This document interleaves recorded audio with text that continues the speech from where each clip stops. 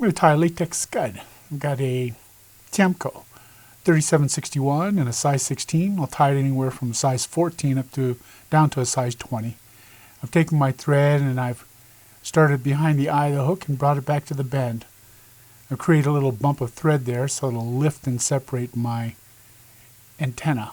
And for antenna, I'm using boar bristle. I like it because it splits at the ends or the tips, and it's a cream color. Very strong. Right now I'm just aligning my boar bristle. I only use about 4 or 5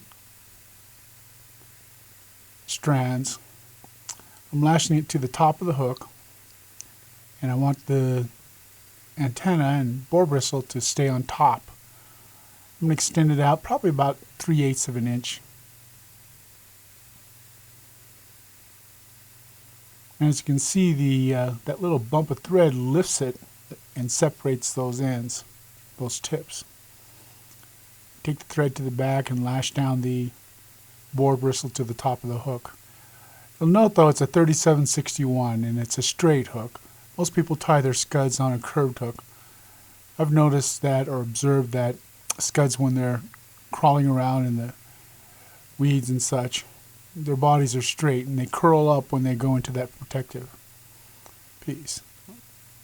I'm strapping down the thread, the bristles. I'm going to take a piece of 17-pound mono. I'd say it's probably a 1/2 inch, 3/8 of an inch long. And I'm going to capture it in a pair of tweezers and wave it through a flame. And I wave it through the top of the flame. And what happens is that it melts the mono, and soot from the burning coats the mono, and so I don't have to use a marker on it. And I'll just keep waving it through. Most people burn one side and then burn the other, and they're uneven. Just by waving it through, I get even. It's even. Use my tweezers to place it. Now I'm just going to figure eight those eyes on the top of the hook. And I've tied it in right where I tied in my antenna. Just a figure eight.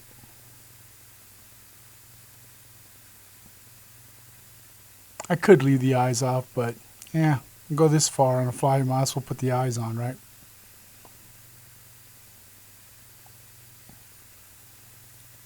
Now I've got a piece of D-rib, clear and large. I like either clear or gray. And I'm going to cut a little taper into it, and it's going to sit right behind the eyes. The reason for the taper is so that I don't get a buildup right behind the eyes. So you take a blade and just push it, and I'll cut that taper, and I'm cutting from the underside of that large D-rib. I'll put it right in between the eyes and tie it in there. Now the reason I'm staying to one end is because I've got to go ahead and also taper the back end of it. So I tie it down, keep the D-rib on the top of the hook. I still like, the reason for the D-rib, I'm on a straight hook, but I still want to have that hump.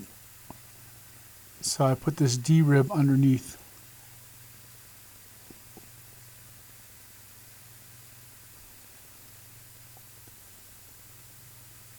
Now I take my blade and go right above the eye of the hook and then just push.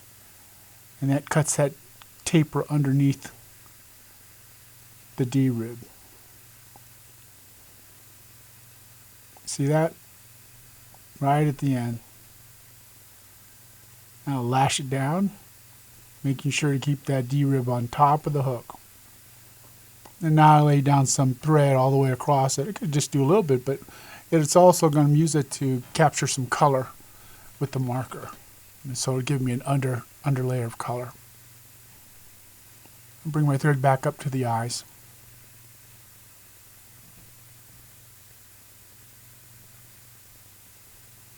And then back down again to the eye of the hook. This is a cadmium orange marker from 80 Markers.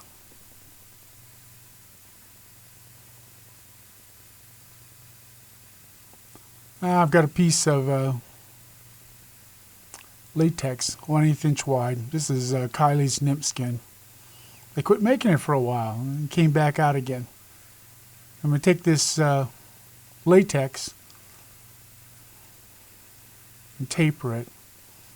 I also like to use the wrist portion of a surgical glove. Cut it into strips.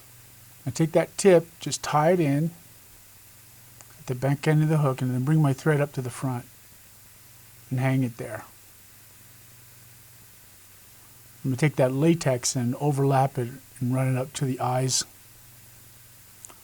First thing I'm going to do though is I'm going to take a little bit of super glue and put it along the top as well as a little dot right on the latex. And what that does is that when I go to put my UV resin, it makes the latex translucent and also makes it stronger. I'm just wrapping it to the front, overlapping, easing off on the tension so I get a little bit of a hump. See, I still haven't gotten lost much of my gape. And then tie off my latex right behind the eyes. Now when you go to trim the latex, you want to stretch it out there.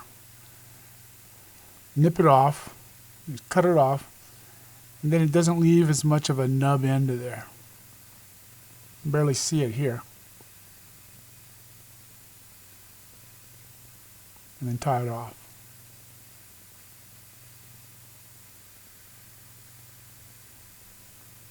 Once again, add a little more color. Now this is on top of the latex itself. And what it does is on the overlaps, some of the dye collects there and defines the ridges a little bit better. Segmentation a little better. Now I've got a piece of ginger ostrich hurl. One hurl.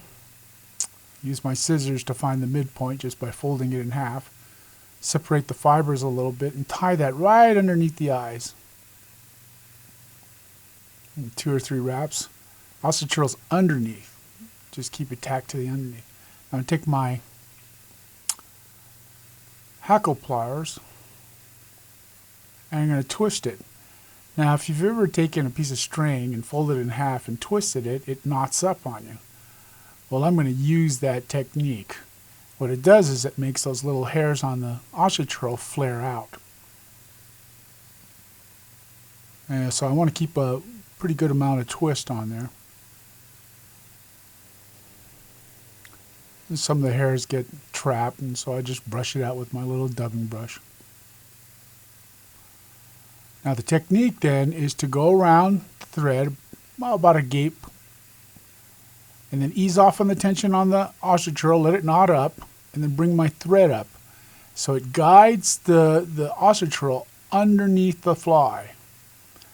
Once around the ostrich hurl, let it knot, ease the tension on the ostrich hurl, let it knot up, bring the thread over the top. Once again, twist it up, make sure I got enough twist in there so it'll knot up. Bring it around once, about a gape. Ease off the tension on the ostrich hurl and just bring the thread over the top. This is called a Potts weave, and I learned this from Mike Tucker's DVD. Saved me a lot of headaches. I already got the body figured out a long time ago. Abdomen figured out. I just hadn't figured out the legs. Then I saw that video and I go, oh my gosh, it's a great way to do it. And see how dense I can make those legs? That's what I'm after. Once around the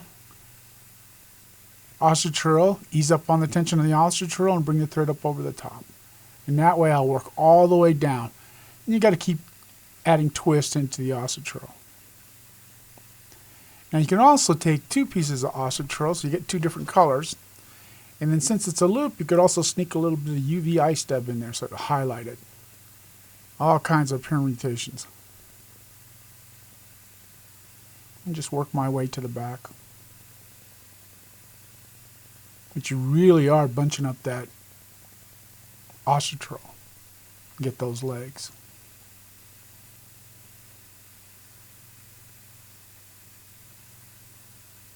Now I get to the end and I'm going to tie it off. Trim off my ostrich, leftover ostrich. Sometimes I'll wrap twice around the body, like there.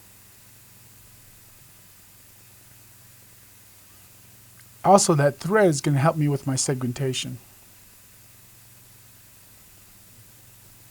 It's going to better define the segmentation in the scud.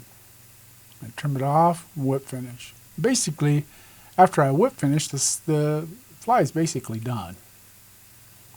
You're just going to add some foo-foo to it.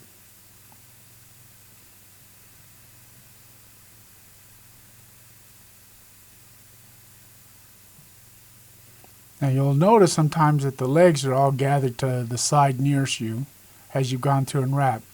All you have to do is take your bodkin and just push those hairs down underneath the hook, and they'll move. Then you check the other side, make sure those legs, that ostrich is also pushed to the middle. Now if you're curious, that bodkin I'm using, that's just the arrow off of a blowgun. I just put it into a little holder. I've taken a little saliva and I push those hairs down. Go back in, hit it with the marker. What it does is the thread picks up the dye and it bleeds. And then it bleeds down into it. So once again, I get more definition for the segments.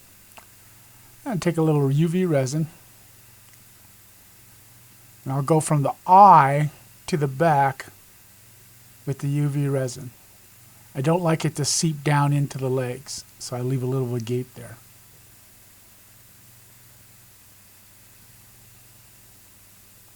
Now bring it over to the other side and go from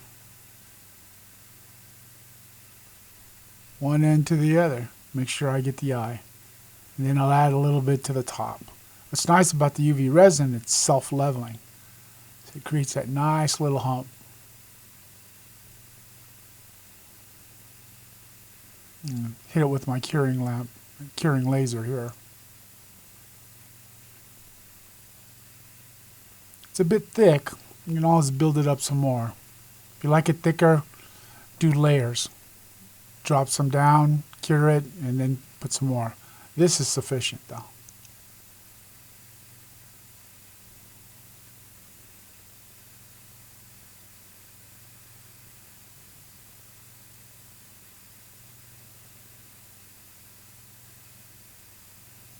And now like a little foo-foo, just brushing out the legs.